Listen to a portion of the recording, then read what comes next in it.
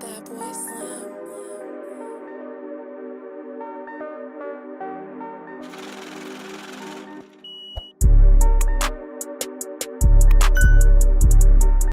Why the mic not moving? Yeah. Okay, cool. We here. It was a deadly Get out of there! Come on, man. Like, let me go back. What's going on with y'all, man? It's your boy Bomo back at it again with another reaction video. Today we're about to be reacting to Montreal Blood Gangs at War. Prophet Boys versus Zone 43. I got this recommendation. I keep freaking messing up on that word for some reason. I don't know why. I don't know why. I really don't. But I got this recommendation by Bow Stash. My nigga Bow Stash. Appreciate you for actually putting this down in the comments. He said it's appreciate you for putting it down in the comments. He said it's like a little documentary on the Haitian gangs and stuff like that. So I appreciate you for putting that down in the in the comments or whatever. But before we get started on this video, man, I appreciate everybody that subscribed and actually tuning in today. You know what I'm saying? You know what I'm saying? Why you keep doing that, dude? I honestly think I have a freaking virus. I ain't gonna lie. Keep doing that. You see the little candle in the back flickering in the back. I don't know why I keep doing that little autofocus right there. Like it's not trying to, like, you know what I'm saying? But let's get to this video, man. Let's get to this video. Yeah. It was a deadly and violent night in Montreal North, and today many residents fear their streets have been taken over by a gang war. A 15-year-old girl killed in a drive-by shooting, just one in a recent rash of gun murders in Montreal. It happened They just shooting 15-year-old kids out there. That's tough, man. in the heart of where the Bloods gang is known to control the streets. What happened may have been the result of internal fighting. Prophet Boys in that building, you know what I'm saying? RDP, you know what I'm saying? Riverside, RDP, Rivière des Prairies. Welcome back to Hut TV 416. So we have a crazy story coming out of Montreal. While the rest of Quebec was under curfew and lockdown, some of Montreal's biggest street gangs have been locked in their own bloody gang war. We're talking 40 plus shootings since last September. Police Damn, 40 plus shooters? Them niggas is active out there, getting down. On the red. being shot at on multiple occasions, and even young girls being caught in the crossfire. Montreal police have responded with increased patrols and a new anti-gun trafficking squad.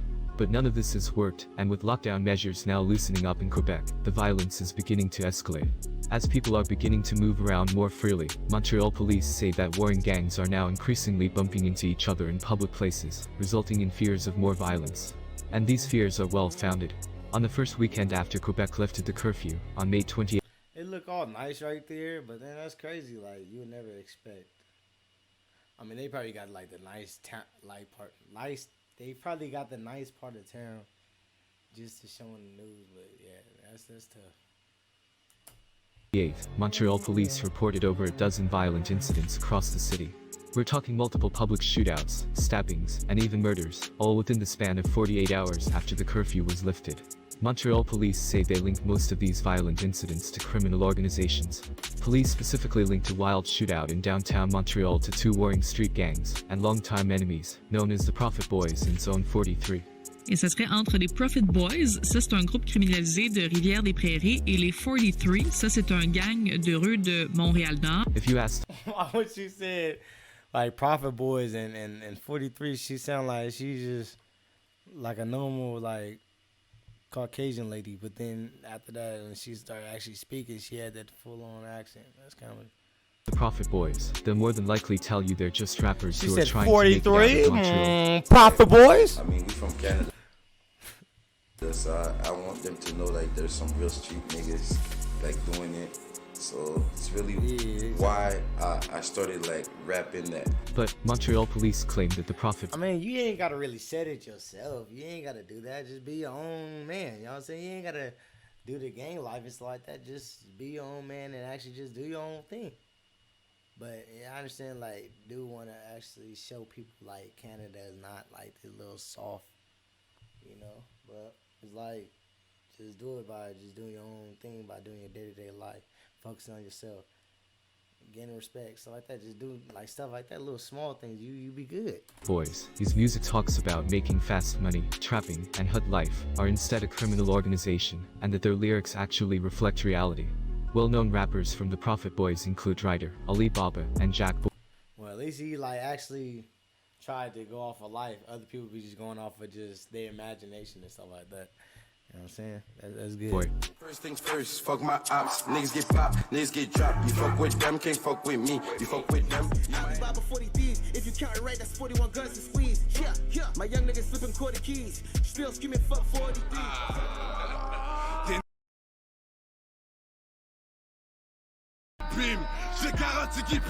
Then you have Zone 43, or Fort Tree. Zone 43 are Bloods based out of the borough of Montreal North, and have been beefing with the Prophet Boys, who also claim Blood, for years. Zone 43 takes its name from the 43 bus line that runs through their neighborhood, which is located in the infamous... So they got their name off a bus line. Usually people get their name off of a street or something like that, but a bus line. Borough of Montreal North. Zone 43 also has a lot of rappers, including No Game, who was shot and killed years ago, and, more recent, I See the Zo, Bloodshot and White Ghost.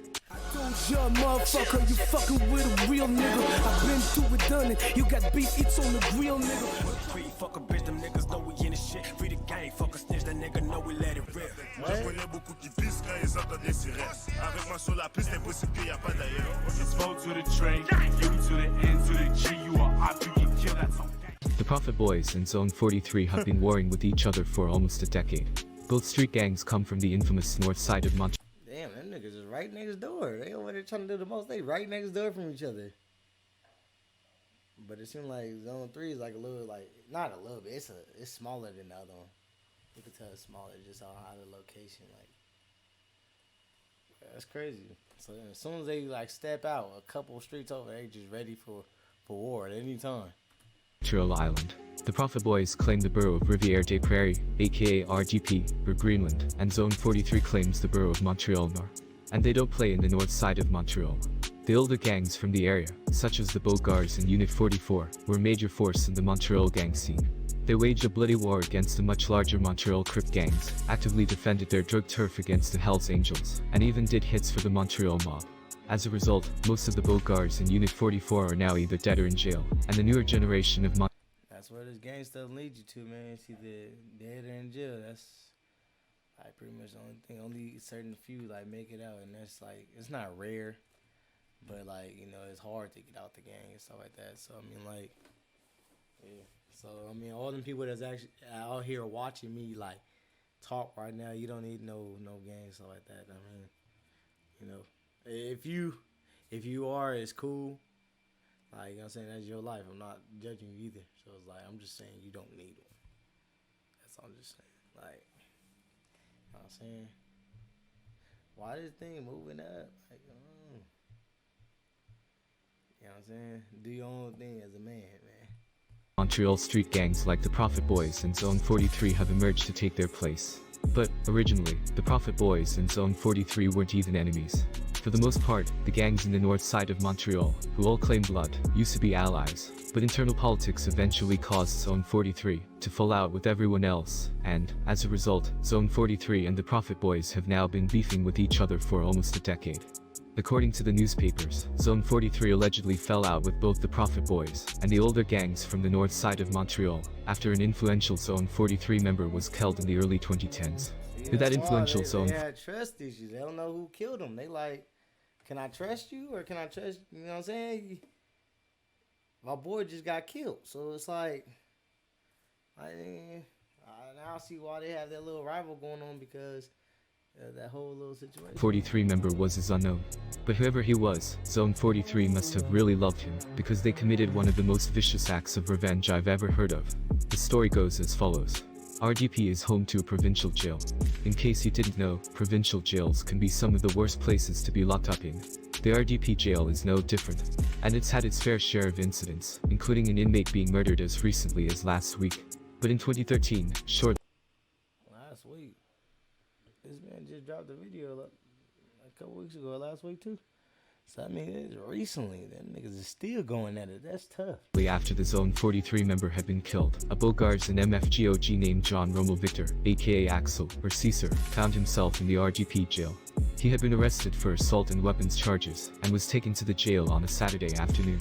According to police, Victor was placed on a range alongside several members of Zone 43. He would be dead within hours. According to police, up to 7 members of Zone 43 viciously attacked Victor. That nigga died hours later. As soon as that man stepped in there, he died. That's tough. That's tough. Shortly after his arrival, they reportedly dragged Victor to another cell, tied him up, poured boiling hot water on him, and beat him to death. Damn. That's crazy, man. Like, pouring hot water on somebody, like, your skin gonna boil off. Like, that's tough. Like, I can't even imagine getting poured hot water on, but nigga, that's what I'm saying. I can't see myself in jail though. That's what I'm saying. Like, I can't. Like, you can say whatever you want to say. I can't see myself in jail. I'm good. If it's a regular nigga on the street, then it's a different story. But jail, that's just a different. You know what I'm saying? You gonna be going against niggas that don't even care about their life. That's tough. That's tragic. On the street, you know, they care about their lives, but then some people don't. But then they do get a certain extent that they do care about their life because they, you know what I'm saying, they still staying out of trouble. But nigga in jail, them niggas ain't got nothing to lose. They over there ready to just murk you for no reason. That's tough. Not jail, prison though. Prison. Jail, you know what I'm saying? You still gonna go against niggas like in gangs and stuff like that. And I'm pretty sure they don't really care about their life like that. They just, so you still gonna go against somebody they don't really care about their life. And that's just crazy. Like, it's tough. Jail ain't for, you know, it ain't for people, man. It's not for people, but people do bad stuff to go to jail. It's crazy. Absolutely brutal. Having boiling hot water poured on you is a different type of pain, and even inmates in some of the most notorious jails in America will attack their enemies in the same way. For example, in this old jail documentary, an ex-inmate in Rikers Island describes what he And then they beat him to death. Like, after they poured the hot water on him. That's tough. saw while doing time in New York's most infamous jail. Brother put hot baby oil in the hot water, threw it on him, and when he grabbed his face, his skin started. So this just happened on the red, like, out there. That's tough. I remember seeing Top Boy. They did have a scene. They did have a scene like that where he poured hot water on somebody, and then, you know, if you guys ever seen it, go see it. So that's I'm not really gonna say too much, but you know what I'm saying. Yeah, but if you guys did see it, type in the comments on, you know what I'm saying. If you know what scene I'm talking about. This was brutal, cold-blooded revenge, but it was also a message. Zone 43 was not a bunch of young kids who were going to be pushed around by the older gangs. Zone 43 was official and demanded respect. This series of so them niggas wanted they respect. They did everything that they can for their respect. And it's crazy because people, like, you know what I'm saying, that's just life. Niggas die over respect. You want your respect. You gotta have your respect. And people just, you know what I'm saying, they die over respect. Because nigga, if you disrespect somebody, they gonna be like, okay, so since you don't respect me, let me show you and have you respect me, man. And it's like, it's just crazy, man. Like, we'll do anything over respect. The event sparked one of Montreal's largest ongoing street gang conflicts of the past decade. We're talking dozens of tit-for-tat shootings and murders as a result, with both sides taking losses. Montreal police and local media have for the most part downplayed the conflict, and usually haven't released many details to the public about what's going on.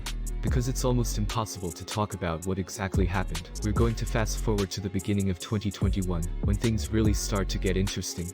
By the time that 2021 rolled around, the Prophet Boys and Zone 43 beef had already been heating up for months. Shootings were happening on a near weekly basis across RGP in Montreal North. In one of those shootings, an alleged Zone 43 member, nicknamed G-Baby, was shot and killed.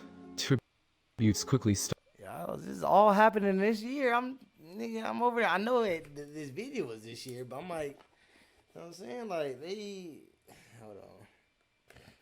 They got the brand all on it. Like, come on, man. Like,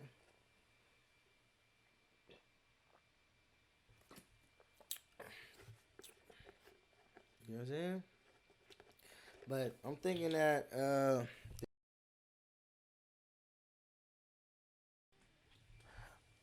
some of these happened like years ago, and like this man talking about 2021, like, so this happening now.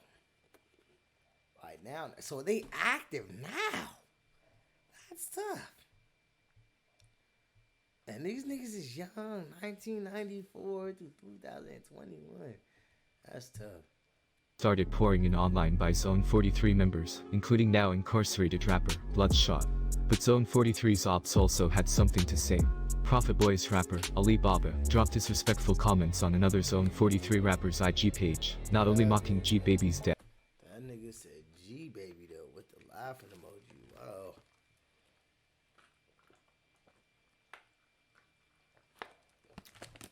After the nigga died.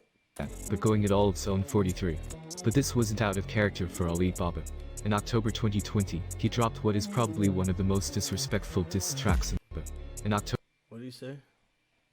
But going at all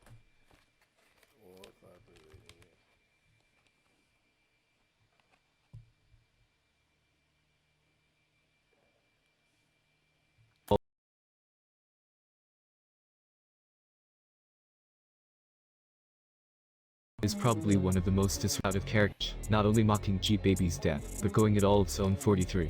But this wasn't out of character for Ali Baba. In October 2020, he dropped this man egging them on, talking about you ain't got no bodies and this and that. That's tough.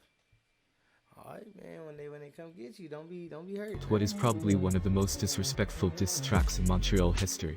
In this song, which is reminiscent of 50 Cent's famous How to Rob diss track, Ali Baba called out some of Montreal's biggest rappers, dissing each one individually, and even stopping to mention dead guys.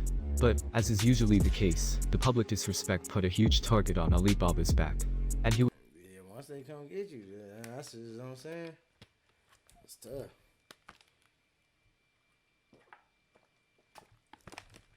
Yeah, that's what happened with a lot of people. Like, people start talking, as soon as you start doing the most, that's when you get murked, man. Sad. Stuff. He was almost shot and killed at the end of May, when his car was sprayed with bullets in northeast Montreal. That nigga survived. That nigga got lucky as hell.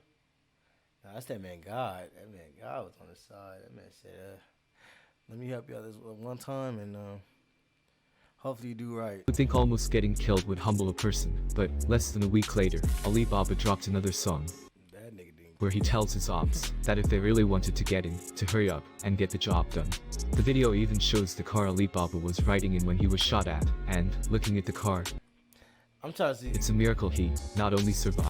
They said they sprayed the car up. So where did he get hit at least one time? He didn't get hit one time, but wasn't even hit. He said he wasn't hit. Okay. Okay. Okay.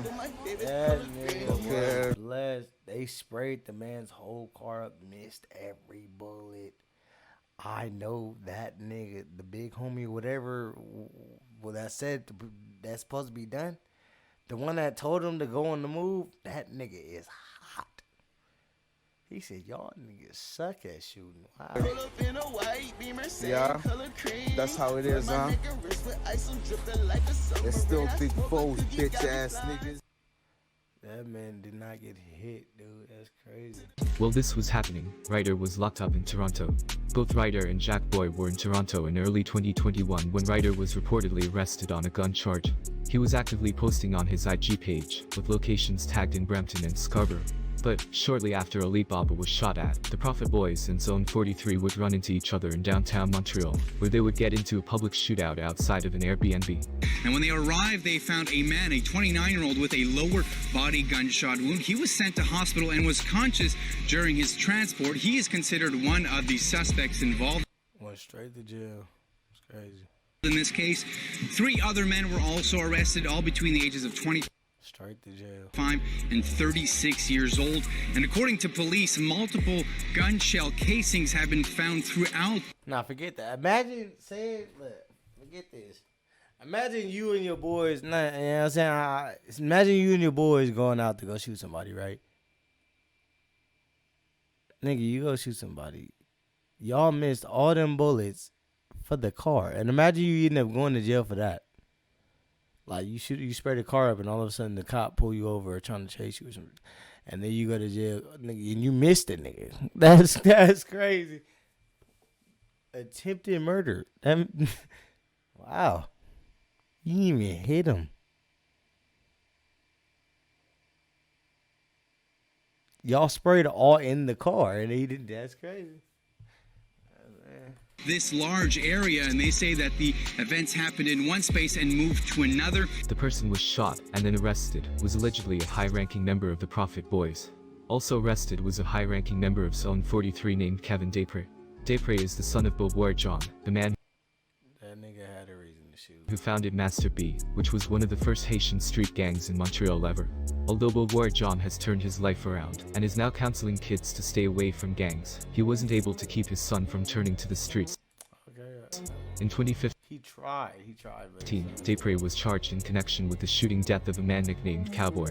Cowboy was reportedly affiliated with Zone 43's ops, and was also reportedly related to a now-deceased Beaugart's OG nicknamed Biggie. While detained in the RDP jail awaiting trial, Desprez would also almost be beaten to death. And Desprez would also himself be shot in 2020, after someone ran up on him near La Pierre and Pascal, and shot him at least once. Damn, niggas just running up, shooting. They active out there. I ain't know they was like that. But yeah, that's crazy though, man. Hey, keep running up the comments, you know what I'm saying? Appreciate the love. You know what I'm saying? 50-something subscribers. You know what I'm saying? Can't wait to get to 100. So, you know what I'm saying? Give me up to 100. You know what I'm saying? That'll mean a lot to me. But anyway, I hope you guys enjoyed that reaction. Like, comment, subscribe. Tell your folks, tell your family, you know what I'm saying? Just run it up. Run it up. You hear? Well, have a good one. Peace.